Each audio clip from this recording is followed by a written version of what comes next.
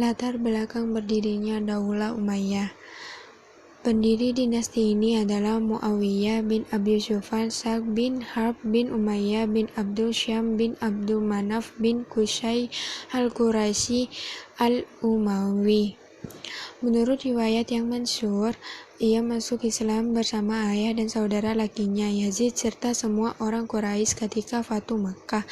Namun ada riwayat yang Muawiyah yang menyatakan, "Aku masuk Islam pada peristiwa Al-Qadiyah, umrah qada Rasulullah SAW tahun 7 Hijriah.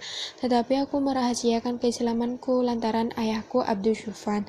Tak kala Rasulullah SAW tiba di Mekah dalam umrah qada, aku benar-benar sudah mempercayai ajaran beliau. Ketika beliau menaklukkan Mekah, barulah aku terus terang menyatakan keislamanku.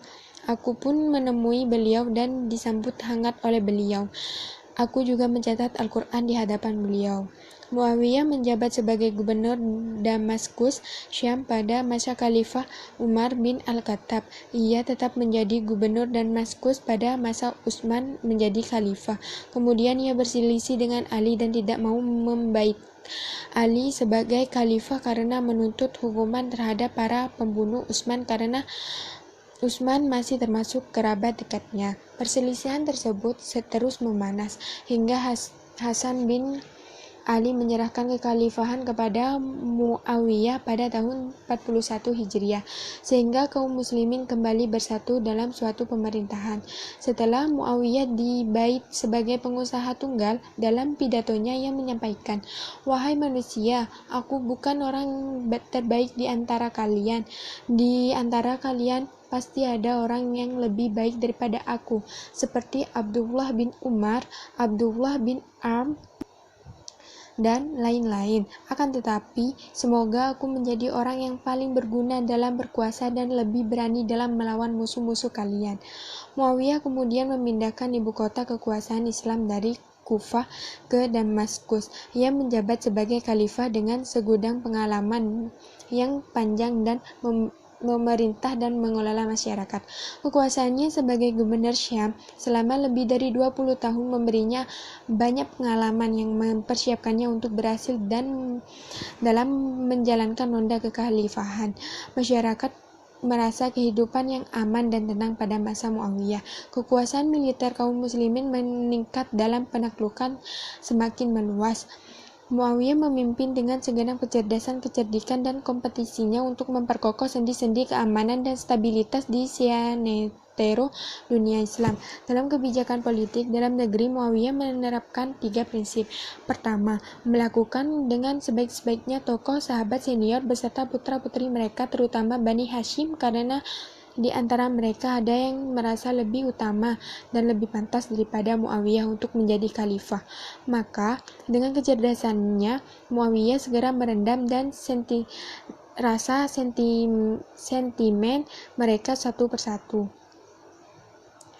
Dengan keramahannya, ia memanggil kembali mereka yang melahirkan diri dengan kepandaiannya menahan amarah dan tekadnya. Ia meluruskan kebengkokan mereka sehingga ia dekat di hati dan jiwa mereka. Prinsip kedua Muawiyah yang melandasi politik dalam negeri adalah memperkokoh keamanan di sinetro dunia Islam. Untuk itu, ia menguasai banyak orang yang paling cerdas, paling kompeten, paling cakap, paling disiplin, dan paling berpengalaman dalam mengurus masyarakat di masanya, guna membantunya mengelola negara dan memperkuat stabilitasnya. Prinsip ketiga yang mendasari kebijakan politik Muawiyah serta menjamin kekokohan pilar-pilar negara adalah mengawasi langsung segala urusan negaranya dengan mengetahui semua persoalan baik sebesar maupun yang kecil. Kendati telah mengangkat tokoh-tokoh zamannya sebagai penjabat, ia tidak merasa itu cukup. Justru, ia mengoptimalkan waktunya dan tenaganya sendiri demi negara dan kepentingan umat Islam. Selanjutnya, Muawiyah pergi ke majelisnya dan mempersilahkan para pejabat khususnya untuk menemui guna saling bertukar pikiran. Para menteri juga menghadapnya dan melaporkan keperluan mereka sepanjang hari itu.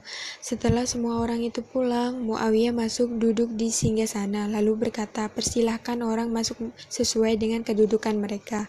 Aku tidak mau ada yang menyibukkanku dari menjawab salam." Sesudah mereka duduk rapi, ia berpidato, "Wahai kalian semua, kalian disebut orang-orang terhormat karena kalian mendapat kehormatan untuk berada di majelis ini. Laporkanlah kepadaku semua kebutuhan orang-orang yang tidak bisa mengadu sendiri." Selanjutnya, Muawiyah masuk ke kediaman karena tidak ada orang lagi yang ingin bertemu dengannya. Hingga masuk waktu duhur, Muawiyah pun berangkat untuk salat 4 rakaat dan dilanjutkan dengan duduk. Lalu ia memanggil penjabat khususnya para menteri juga menghadap kepadanya. Lalu mereka meminta instruksi-instruksinya yang mereka butuhkan pada sisa-sisa hari itu. Muawiyah lalu duduk untuk menunggu salat asar, kemudian berangkat untuk mengerjakan salat asar. Kemudian masuk ke kediamannya. Pada penghujung waktu asar, ia pergi dan duduk di singgasananya. Kemudian ia mempersilahkan para penjabatnya pulang ke rumah masing-masing. Ketika azan maghrib berkumandang, Muawiyah berangkat untuk mengerjakan salat maghrib.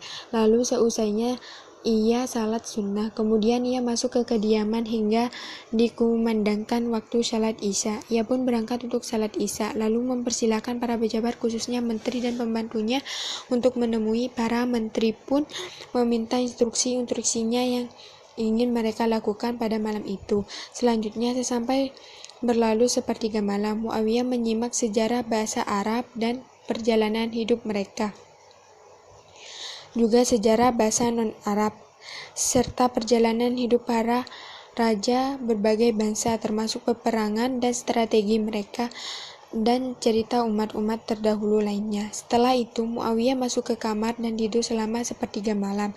Kemudian ia bangun tidur lalu duduk dan mengambil buku-buku catatannya yang berisi perjalanan hidup para raja, cerita tentang mereka beserta aneka peperangan dan strategi mereka. Yang membacakan itu kepadanya adalah hamba-hamba sahaya yang digaji khususnya untuk itu. Mereka ditugasin menghafal dan membacanya. Jadi setiap malam ia mendengarkan cerita-cerita aneka perjalanan hidup, jejak langkah, dan berbagai kebijakan politik. Selanjutnya, Muawiyah berangkat untuk sholat subuh dan kembali melakukan rutinitasnya. Sikap dan perilaku sehari-hari Muawiyah menginspirasi banyak pemimpin sesudahnya, seperti Abdul Malik bin Marwan sebagainya. Tetapi dengan tidak bisa meniru kepandaiannya menahan amarah, kepiawanan berpolitik, kehati-hatiannya dalam segala persoalan, kebiasaannya mengontrol rakyat dengan cara berkeliling ke rumah-rumah mereka, ataupun kelembutannya kepada mereka sesuai tingkah mereka masing-masing. Berkat strategi politik Muawiyah yang jelas dan bertumpu pada prinsip-prinsip yang baku tersebut, stabilitas kondisi negara Islam sangat terjaga. Secara umum, negara didominasi keteraturan dan keamanan. Sistem pergantian kepala negara. Dinasti Umayyah berkuasa hampir 1 abad, tepatnya selama 90 tahun dengan 14 orang khalifah, dimulai oleh Muawiyah bin Abu Sufyan dan ditutup oleh Marwan bin Muhammad. Di antara mereka ada pemimpin besar yang berjasa di dalam berbagai bidang sesuai dengan kehendak zamannya. Sebaliknya, ada pula khalifah yang tidak patut dan lemah. Adapun urutan khalifah dinasti Umayyah adalah sebagai berikut. Yang pertama, Muawiyah bin Abu Sufyan 41 sampai 60 Hijriah, 661 sampai 681 Masehi. Yang kedua, Yazid bin Muawiyah 60 sampai 64 Hijriah, 681 sampai 683 Masehi. Yang ketiga, Muawiyah bin Yazid 64 sampai 65 Hijriah, 683 sampai 684 Masehi. Yang keempat, Marwah bin Al-Hakam 65 sampai 66 Hijriah, 684 sampai 685 Masehi. Yang kelima, Abdul Malik bin Marwan 66 sampai 86 Hijriah, 685 sampai 705 Masehi. Yang keenam, Al-Wahid bin Abdul Malik 86 sampai Hijriah, 705 sampai 715 Masehi. Yang ketujuh Sulaiman bin Abdul Malik, 96 sampai 99 Hijriah, 715 sampai 717 Masehi. Umar bin Abdul Aziz, 99 sampai 101 Hijriah, 717 sampai 719 Masehi. Yang kesembilan Yazid bin Abdul Malik, 101 sampai 105 Hijriah, 719 sampai 723 Masehi. Yang ke-10 Hisam bin Abdul Malik, 105 sampai 125 Hijriah, 723 sampai 743 Masehi. Yang ke-11 Al-Wahid bin Yazid, 125 sampai 126 Hijriah, 743 sampai 744 Masehi. Yang ke-12 Yazid bin Al-Walid, 126 sampai 126 Hijriah, 740 Masehi, 6 bulan. Ibrahim bin Al-Walid, 126 sampai 126 Hijriah, 744 Masehi, 70 hari. Yang ke-14 Marwan bin Muhammad, 126 sampai 132 Hijriah, 744 sampai 750 Masehi. Al-Syalabil, 2016. Assalamualaikum warahmatullahi wabarakatuh. Perkenalkan, nama saya Riani Nurnovianti. Di sini saya akan sedikit menjelaskan tentang biografi khalifah-khalifah pada masa Bani Umayyah. Yang pertama yaitu Muawiyah bin Abi Sufyan atau disebut dengan Muawiyah I. Berkuasa pada tahun 661 Masehi sampai 680 Masehi. Muawiyah dilahirkan kurang lebih tahun sebelum Hijriah dan masuk Islam pada hari penaklukan Mekah. Beliau diangkat langsung oleh Rasulullah sebagai anggota sidang penulis wahyu yang bertujuan agar Muawiyah lebih akrab dan Islam ini benar-benar tertanam dalam hatinya. Dalam perjalanan sejarah hidupnya, kemudian dia diangkat sebagai gubernur Damaskus. Dari sini karir politiknya dilakukan secara perlahan, yang kemudian mengantarkannya ke puncak kekuasaan. Di antara yang dilakukan adalah perluasan wilayah dan berusaha menaklukkan beberapa daerah kekuasaan Bizantium dan Persia. Yang kedua adalah Yazid bin Muhammad atau Yazid I, berkuasa pada tahun 680 Masehi sampai 683 Masehi. Ibu Yazid adalah seorang wanita pedalaman yang dikawini oleh Muawiyah sebelum ia menjadi khalifah. Oleh karena itu, ia pun membawa putranya Yazid pulang ke dusun untuk didikan pada lingkungan yang masih bersih, bahasa yang masih murni dan penuh dengan kearifan dan sopan santun. Maka ia tumbuh dengan sifat baduinya yang pemberani dan fasih bertutur kata, serta pandai bersair. Yazid lahir pada tahun 22 Hijriah atau 643 Masehi. Pada tahun 679 Masehi, Muawiyah mencalonkan anaknya Yazid untuk menggantikannya.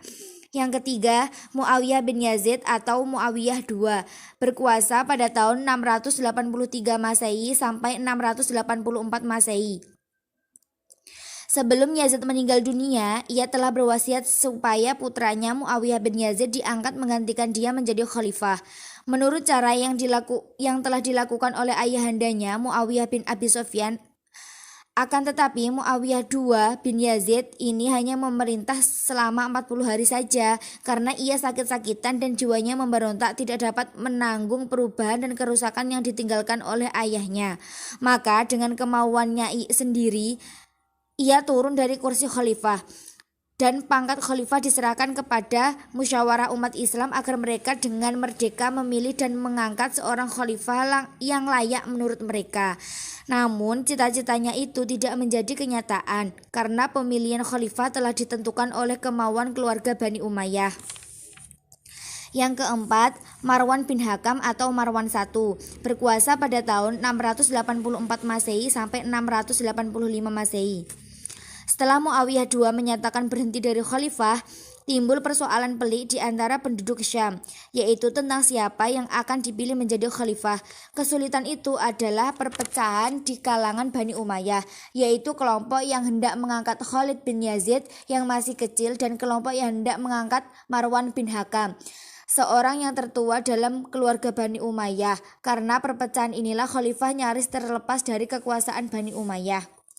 Yang kelima, Abdul Malik bin Marwan berkuasa pada tahun 685 Masehi sampai 705 Masehi. Beliau terkenal karena banyak jasanya dalam menciptakan keamanan di semua wilayah Islam. Setelah keamanan menjadi stabil, maka ia berusaha melaksanakan pembangunan untuk kesejahteraan rakyat, antara lain membentuk Mahkamah Agung, penggantian bahasa resmi, penggantian mata uang, dan lain-lain. Yang keenam, Al-Walid bin Abdul Malik atau Al-Walid I berkuasa pada tahun 705 Masehi sampai 715 Masehi. Pada masa pemerintahan beliau adalah masa-masa keemasan Daulah Bani Umayyah, karena di samping wilayah Islam meluas terjadi kemajuan dalam bidang sosial dan budaya. Yang ketujuh, Sulaiman bin Abdul Malik berkuasa pada tahun 715 sampai 717 Masehi. Di zaman Khalifah Sulaiman bin Abdul Malik, kemewahan mewarnai negara. Siasatnya sangat berbeda dengan ayahandanya Abdul Malik dan saudaranya Al-Walid. Kalau ayahandanya dan saudaranya itu memberikan kepemimpinan negara dan tentara kepada orang-orang besar seperti Al-Hajjah, Khutaibah, Musa, dan Torik, maka Sulaiman melakukan sebaliknya. Bahkan orang-orang tersebut dipecat dan diganti, dan orang-orang yang berpihak kepada mereka ditangkap dan dipenjarakan. Yang kedelapan, Umar bin Abdul Aziz atau Umar II berkuasa pada tahun 717 Masehi sampai 720 Masehi. Beliau dikenal dengan keadilannya menjalankan pemerintahannya. Ia lebih mementingkan agama daripada politik, lebih mementingkan persatuan umat. Beliau dalam menyebarkan Islam dilakukan dengan cara mengirimkan para mubalik ke India, Turki, dan Barbar atau Afrika. Yang kesembilan, Yazid bin Abdul Malik atau Yazid II berkuasa pada tahun 720 Masehi sampai 724 Masehi. Pada permulaan pemerintahannya, Yazid bin Abdul Malik mengikuti jejak Khalifah Umar bin Abdul Aziz. Akan tetapi, yang demikian itu hanya sebentar. Tidak lama kemudian timbul dari tindakan-tindakannya yang menyebabkan kekalutan dalam kerajaan. Yang ke-10 adalah Hisham bin Abdul Malik berkuasa pada tahun 724 Masehi sampai 743 Masehi. Beliau adalah termasuk orang yang cakap, sehingga masa pemerintahannya mengalami kemajuan yang amat pesat. Adapun wilayah kekuasaan Islam pada masa kejayaan Bani Umayyah adalah memperluas wilayah kekuasaan Islam ke Afrika Utara, ke barat sampai ke Maroko, dan ke utara menyeberangi Laut Tengah. Kemudian pada masa pemerintahan Walid bin Abdul Malik ini berusaha memperluas wilayah ke daerah timur, ke benua Afrika, dan Spanyol. 11. Al-Walid bin Yazid atau Al-Walid II berkuasa pada tahun 743 Masehi sampai 744 Masehi.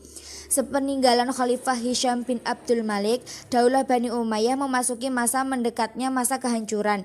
Pada tahun 125 Hijriah, Al-Walid bin Yazid menduduki singgasana khalifah. Al-Walid bin Yazid adalah khalifah yang sangat aib dan buruk. Sikapnya penuh angkara murka dan sering melakukan yang dilarang oleh agama. Oleh karena itu, para pembesar terutama dari keluarganya sendiri pun membencinya. Maka ia dibunuh oleh keluarganya sendiri. Ia diganti oleh Yazid, kemudian Ibrahim yang keduanya putra dari Al-Walid bin Abdul Malik. 12. Yazid bin Al-Walid atau Yazid III berkuasa pada tahun 744 Masehi. Masa pemerintahannya berlangsung selama 16 bulan dan dia wafat pada usia 46 tahun. Selain itu, masa pemerintahannya penuh kemelut dan kekacauan. 13. Ibrahim bin Al-Walid berkuasa pada tahun 744 Masehi. Pada masa pemerintahannya, keadaan negara semakin kacau dan dia memerintah selama 3 bulan dan wafat pada tahun 132 Hijriah. 14. Marwan bin Muhammad atau Marwan II berkuasa pada tahun 744 Masehi sampai 750 Masehi. Marwan bin Muhammad yaitu khalifah yang terakhir dari keluarga Bani Umayyah menaiki singgasana khalifah. Ia seorang ahli negara yang bijaksana dan seorang pahlawan yang perkasa. Akan tetapi nasibnya buruk. Dengan sifat-sifatnya yang mulia itu, ia tidak dapat mempertahankan daulah Bani Umayyah dari keruntuhan. Sebelum ia meninggal, ia berwasiat kepada para pengikutnya agar mereka berusaha dengan sekuat tenaga menyampaikan cita-citanya, dan mereka harus mengangkat saudaranya yaitu Abul Abbas dan kemudian Ja'far menjadi khalifah. Keluarganya disuruh segera mungkin untuk meninggalkan Kufah. Kejayaan dan faktor kemunduran Bani Umayyah. Ekspansi wilayah pada masa dinasti Umayyah. Secara umum, penaklukan pemerintahan Bani Umayyah meliputi 3 wilayah. Yang pertama, melawan pasukan Romawi di Asia Kecil. Yang kedua, wilayah Afrika Utara. Dan yang ketiga adalah wilayah Timur. Penaklukan melawan pasukan Romawi di Asia Kecil sampai dengan pengepungan Konstantinopel dan beberapa kepulauan di Laut Tengah. Untuk penaklukan wilayah Afrika Utara sampai ke Samudra Atlantik dan menyeberang ke Gunung Torik hingga ke Spanyol. Sedangkan untuk wilayah timur, penaklukan ini sampai ke sebelah timur Irak, kemudian meluas ke wilayah Turkistan di utara, serta ke wilayah Sind di bagian selatan. Ekspansi Bani Umayyah dalam rangka memperluas wilayah kekuasaan merupakan lanjutan dari ekspansi yang dilakukan oleh para pemimpin Islam sebelumnya. Muawiyah berhasil menaklukkan Tunis, Khurasan sampai ke Sungai Oxus, serta Afghanistan sampai Kabul, dan Angkatan Laut Muawiyah menyerang Konstantinopel atau ibu kota Bizantium. Ekspansi ini kemudian dilanjutkan oleh Khalifah Abdul Malik. Ia berhasil menundukkan Balkh, Bukhara, Khawarizm, Fergana, Samarkand, dan bahkan sampai ke India dengan menguasai Balukistan, Sind, dan daerah Punjab sampai ke Multan. Selain itu, Al-Walid bin Abdul Malik adalah khalifah yang berhasil menundukkan Maroko dan Aljazair. Dari kota ini, serangan kemudian dilanjutkan ke Eropa atas pimpinan Torik bin Ziyad. Tentara Spanyol dapat dikalahkan oleh pasukan Torik. Oleh karena itu, ibu kota Spanyol, Cordova, dapat dikuasai. Setelah itu, dikuasai pula kota Seville, Elvira, dan Telode. Pada zaman Umar bin Abdul Aziz, serangan dilakukan ke Prancis yang dipimpin oleh Abdurrahman bin Abdullah al-Ghafiqi. Di Prancis, umat Islam berhasil menundukkan Bordeaux dan Poitiers. Kemudian serangan dilanjutkan untuk menundukkan kota Tours. Namun, al-Ghafiqi mati terbunuh. Akhirnya tentara Islam mundur dan kembali ke Spanyol. Secara operasional, Ahmad al-Usairi menjelaskan bahwa penaklukan ke wilayah Romawi atau Turki ketika itu diawali dengan selalu dilakukan pengintaian dan ekspedisi ke sana. Tujuannya adalah menaklukkan Konstantinopel. Di Afrika, Benzarat berhasil ditaklukkan pada tahun 41 Hijriah atau 661 Masehi. Hamuniyah atau dekat Khairawan ditaklukkan pada tahun 45 Hijriah atau 665 Masehi. Susat juga ditaklukkan pada tahun yang sama. Selain itu, penaklukan meluas ke wilayah Timur atau negeri Asia Tengah dan Sind. Negeri-negeri Asia Tengah meliputi kawasan yang berada di antara sungai Shaihun dan Jaihun. Masa kejayaan Bani Umayyah. Kemajuan dinasti Umayyah terdapat di masa Muawiyah bin Abi Sufyan sampai pemerintahannya Hisam bin Abdul Malik. Dan puncak kejayaan dinasti Bani Umayyah pada masa Abdul Malik dan Hisam. Mereka hampir menguasai seluruh wilayah Andalusia atau semenanjung Liberia. Masa kehancuran dinasti Umayyah. Menurut Dr. Badri Yatim, ada beberapa faktor yang menyebabkan dinasti Umayyah lemah dan sampai pada kehancuran, yaitu yang pertama, sistem pergantian khalifah melalui garis keturunan. Sistem pergantian khalifah melalui garis keturunan adalah sesuatu yang baru bagi tradisi Arab, yang lebih menentukan aspek senioritas. Pengaturannya tidak jelas. Ketidakjelasan sistem pergantian khalifah ini menyebabkan terjadinya persaingan yang tidak sehat di kalangan anggota keluarga istana. Yang kedua, latar belakang terbentuknya dinasti Umayyah tidak dapat dipisahkan dari berbagai konflik politik yang terjadi di masa Ali. Sisa-sisa Syiah atau para pengikut Ali dan Khawarij terus menjadi gerakan oposisi, baik secara terbuka seperti di masa awal dan akhir maupun secara tersembunyi seperti di masa pertengahan kekuasaan Bani Umayyah. Penumpasan terhadap gerakan-gerakan ini banyak menyedot kekuatan pemerintah. Yang ketiga, pada masa kekuasaan Bani Umayyah, pertentangan etnis antara suku Arabia Utara atau Bani Qais dan Arab Selatan Bani Khalq yang sudah ada sejak zaman sebelum Islam semakin runcing. Perselisihan ini mengakibatkan para penguasa Bani Umayyah mendapat kesulitan untuk menggalang persatuan dan kesatuan. Di samping itu, sebagian besar golongan timur lainnya merasa tidak puas karena status Mawali itu menggambarkan suatu inferioritas, ditambah dengan keangkuhan bangsa Arab yang diperhatikan pada masa Bani Umayyah. Yang keempat, lemahnya pemerintahan Daulah Bani Umayyah juga disebabkan oleh sikap hidup mewah di lingkungan istana, sehingga anak-anak khalifah tidak sanggup memikul beban berat kenegaraan tatkala mereka mewarisi kekuasaan. Di samping itu, sebagian besar golongan awam kecewa karena perhatian penguasa terhadap perkembangan agama sangat kurang. Faktor yang kelima, penyebab langsung runtuhnya kekuasaan dinasti Umayyah adalah munculnya kekuatan baru yang dipelopori oleh keturunan Al-Abbas bin Abdul Muttalib. Gerakan ini mendapat dukungan penuh dari Bani Hasyim dan golongan Syiah, dan kaum Mawali yang merasa dikelas duakan oleh pemerintah Bani Umayyah. Sedangkan Al-Salabi menjelaskan bahwa sebab-sebab keruntuhan dinasti Umayyah ada 3. Sebab-sebab yang pertama, sebab-sebab yang berhubungan dengan Bani Umayyah dan para khalifahnya, yaitu lemahnya kepribadian beberapa khalifah Bani Umayyah, sikap hidup mewah dan berlebih-lebihan yang dilakukan beberapa khalifahnya. Beberapa khalifah memberikan keputusan pada para panglima pasukan mereka dengan memperturutkan hawa nafsu. Pengangkatan putra mahkota dan perselisihan yang diakibatkannya. Dan yang terakhir, perselisihan di antara para personal di dalam keluarga Bani Umayyah tentang siapa yang berhak untuk menjadi khalifah. Sebab-sebab yang kedua adalah sebab-sebab yang berhubungan dengan rakyat. Di antaranya, sikap fanatisme kearaban, perselisihan di antara bangsa Arab dengan para budak yang sudah dimerdekakan.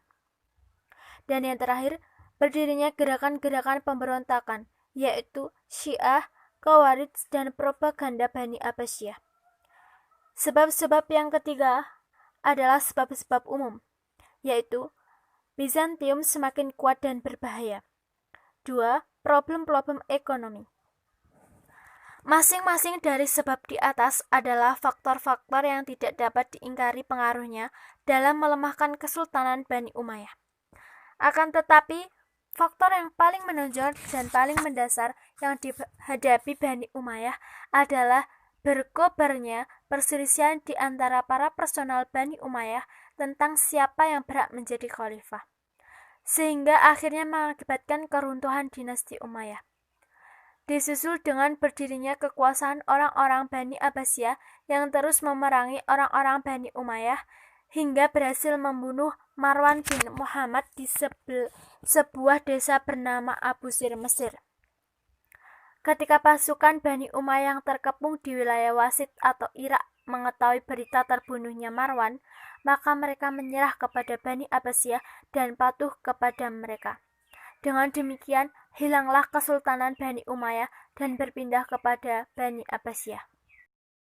Perluasan wilayah pada masa dinasti Bani Umayyah meliputi 3 wilayah penting, yaitu pertama, melawan bangsa Romawi di Asia Kecil dengan sasaran utama pengepungan ke ibu kota Konstantinopel dan penyerangan ke pulau-pulau di Laut Tengah. Kedua, wilayah Afrika Utara. Selain menundukkan daerah Afrika, pasukan Muslim juga menyeberangi Selat Gibraltar lalu masuk ke Spanyol. Yang ketiga, wilayah timur. Pada wilayah timur ini menghadapi wilayah yang luas, sehingga penaklukan di jalur ini dibagi menjadi 2 arah. Pertama, menuju utara ke daerah-daerah di seberang Sungai Jiun, dan kedua, ke arah selatan menyusuri Sind, wilayah India bagian barat. Perluasan wilayah yang dilakukan dinasti Bani Umayyah merupakan lanjutan dari perluasan wilayah yang dilakukan oleh para pemimpin sebelumnya. Pada pemerintahan Khalifah Utsman bin Affan, Islam telah menguasai wilayah Afrika Utara sampai ke daerah Tripoli dan Barkah. Kemudian pada masa kepemimpinan Muawiyah bin Abi Sufyan, wilayah Afrika berhasil dikuasai meliputi Benzarat ditaklukkan pada tahun 41 Hijriah atau 661 Masehi. Kamuniyah dan Susat ditaklukkan pada tahun 45 Hijriah atau 665 Masehi. Uqbah bin Nafi berhasil menaklukkan Sirte dan Mogadishu, Tarablis dan Wadan hingga sampai ke wilayah Maghriban Tengah atau Aljazair. Uqbah bin Nafi adalah komandan yang ditugaskan oleh Muawiyah bin Abi Sufyan untuk menguasai kawasan tersebut, yang kemudian membangun sebuah kota yang bernama Qairawan pada tahun 50 Hijriah. Pada masa Muawiyah bin Abi Sufyan menjabat sebagai pemimpin dinasti Bani Umayyah, ia berhasil menaklukkan Tunis, Khurasan sampai ke Sungai Oxus serta Afghanistan sampai Kabul. Dan angkatan laut Muawiyah menyerang Konstantinopel atau ibu kota Bizantium pada tahun 53 sampai 61 Hijriah. Perluasan ini kemudian dilanjut oleh kepemimpinan Abdul Malik bin Marwan. Ia berhasil menaklukkan Balkh, Bukhara, Khawarizm, Fargana, Samarkand, dan sampai ke India dengan menguasai Balochistan, Sind, dan daerah Punjab sampai Multan. Selain itu, Walid bin Abdul Malik adalah khalifah yang berhasil menundukkan Maroko dan Aljazair. Dari kota ini, serangan kemudian berlanjut ke Eropa yang dipimpin Tariq bin Ziyad dan berhasil menguasai ibu kota Spanyol, Cordova, dan dikuasai pula kota Seville, Elvira, dan Toledo. Pada zaman Umar bin Abdul Aziz, perluasan wilayah dilakukan di Prancis yang dipimpin oleh Abdul Rahman bin Abdullah Al-Ghafiqi yang berhasil mendudukkan Bordeaux dan Poitiers.